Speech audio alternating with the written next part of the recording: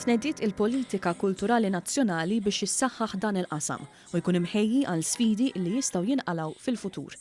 Fost il-prioritajiet tal-politika hemm dik li jiżdied l-istatus tal-artist u l-professjoni f'dawn l-oqsma u li titjib l-edukazzjoni artistika.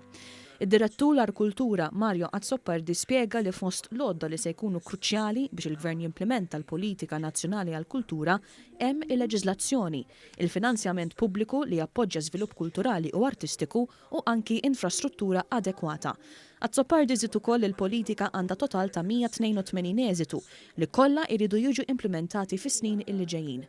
Dawn se jiddiriġu l-qasam lejn ġejjieni isbaħ illi isostnih. Xi ħaġa li qala magħna wkoll il-Ministru José Herrera. U naħseb li l-prodott ta' dan id-dokument huwa wieħed eċċellenti u jħares il qudiem għal dawn l-10 snin li ġejjin. Mela dan dokument jħares kif fuq 3 elementi. L-inklusività, jiġifieri illi il-kultura nipprovaw ninvolvu li kulħadd fiha.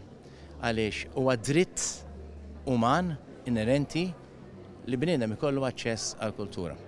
It-tieni aspett huwa li natu vena internazzjonali lill-kultura Maltija. Dan apparti wkoll l-aħħar pilastru li l-artist ikun fiċ-ċentru tal-qasam u tal-opportunitajiet li joffri, bħalma kien fil-qalba ta' tfassil ta' din il-politika. Il-Ministru Herrera qal li tul il-proċess kollu il-Gvern sema x'kellhom xi jgħidu l-professjonisti tal-qasam. Il-bżonn li l-Gvern jagħti aktar elbow space lill-artisti fil-kreatività tagħhom, però jissostnihom minħabba again il-problema ta' nuqqas ta' popolazzjoni li aħna għandna.